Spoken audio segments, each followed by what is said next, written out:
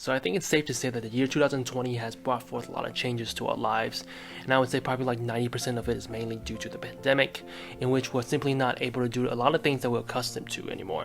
And one of the changes that I want to focus on today is the start of remote work. So in March 2020, Las Vegas went into a last-minute shutdown in which a lot of us were unfortunately placed on furlough, and some of us were fortunate enough to be able to take our home back home and produce output in the home environment.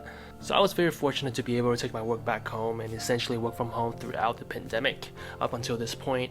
Though I'm really grateful to be able to work from home and keep my job, one of the challenges that I think a lot of us who work from home can relate to is the effect it has on our work-life balance. So in this video, I want to chat about how remote work and working from home affects your work-life balance and some of the things that I do in order to maximize my work-life balance and finding that balance between work and life. Hey friends, welcome back to the channel. My name is Tim. I'm currently a full-time master's student studying IO psychology while working full-time as a labor planner. So going back to the topic of work-life balance, there's this illustration by Liz Fossil-Leon and Molly West Duffy that's trending on LinkedIn that pretty much shows how the pandemic, work literally just barged into our lives and just destroyed the idea of work-life balance. So when you bring work back home indefinitely and your wife and your kids are all staying at home as well, it is inevitable that both two things, the work and life, is going to get morphed together. And in the work-driven culture today, when life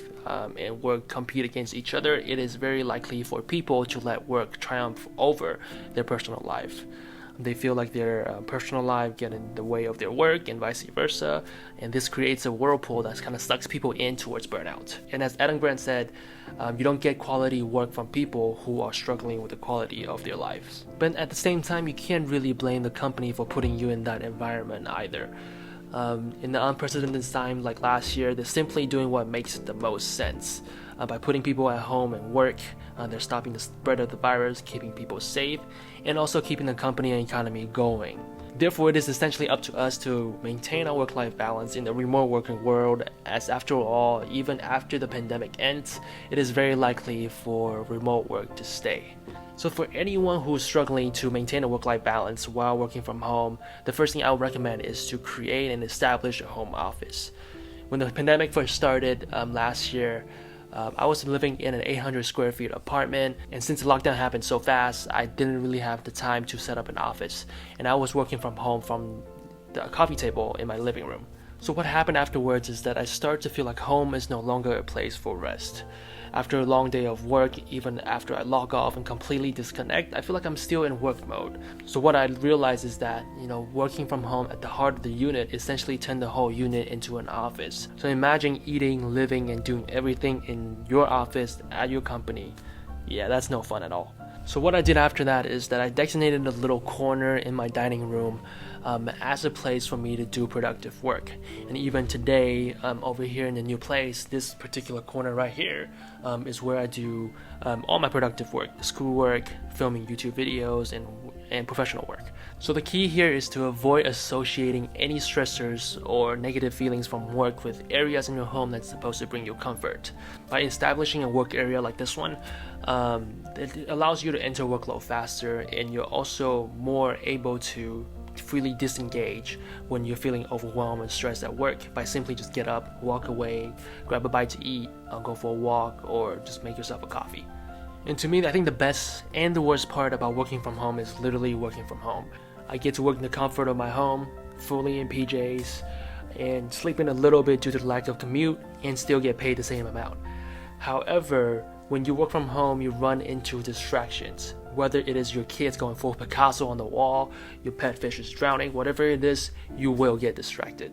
Sadly, that's just a part of working from home. When you're working from home with your kids and your pets, you're gonna have to be attentive to their needs. However, this home environment has its perks as well. For me, it is the ease to disengage and unwind. Whenever I get stressed or get caught up in company stressors that's making me feel overwhelmed, I get up and I pretty much leave instantly. I go in the backyard and play catch with my pets, or take my dog out for a walk, or just simply sit down with my girlfriend and watch a YouTube video or two.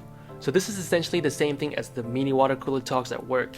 So instead of gossiping about John and Becky in the marketing department, you are spending quality time with your significant other or your family that you don't really get to do before the pandemic. So when it is nice out, don't be afraid to go for a walk if you can. If not, just doing a simple breathing exercise or stretch on the balcony can really go a long way for your well-being. So taking breaks is shown to improve your productivity, help you recover from work stress, and decrease development fatigue. So for the sake of yourself and your work well-being, go ahead and take breaks and use your home environment as your advantage to maximize your work-life balance. And finally, embrace the autonomy that you get from working from home, because it's very likely that you're not going to get this from anywhere else. Working from home essentially means that you're geographically distant away from your team and your boss, so constant supervision is pretty much impossible.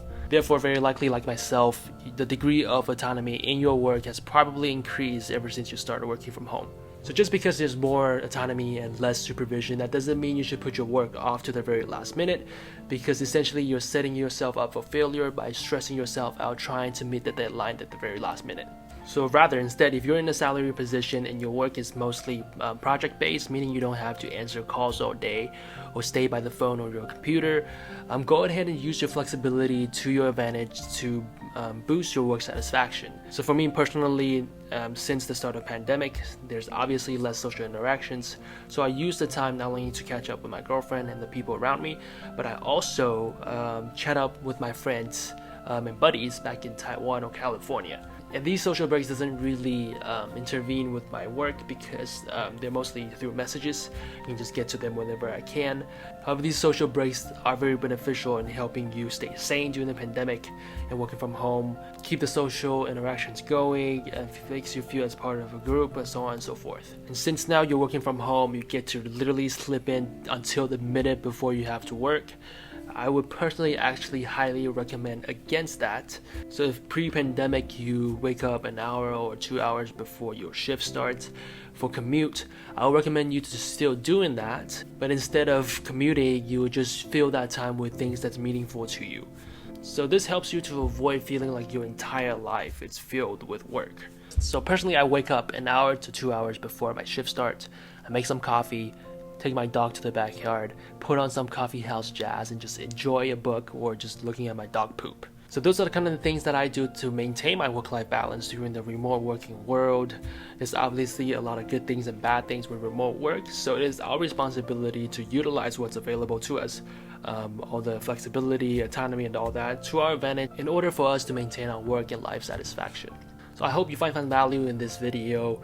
I think remote work is going to be something that's going to be here to stay even long after the pandemic.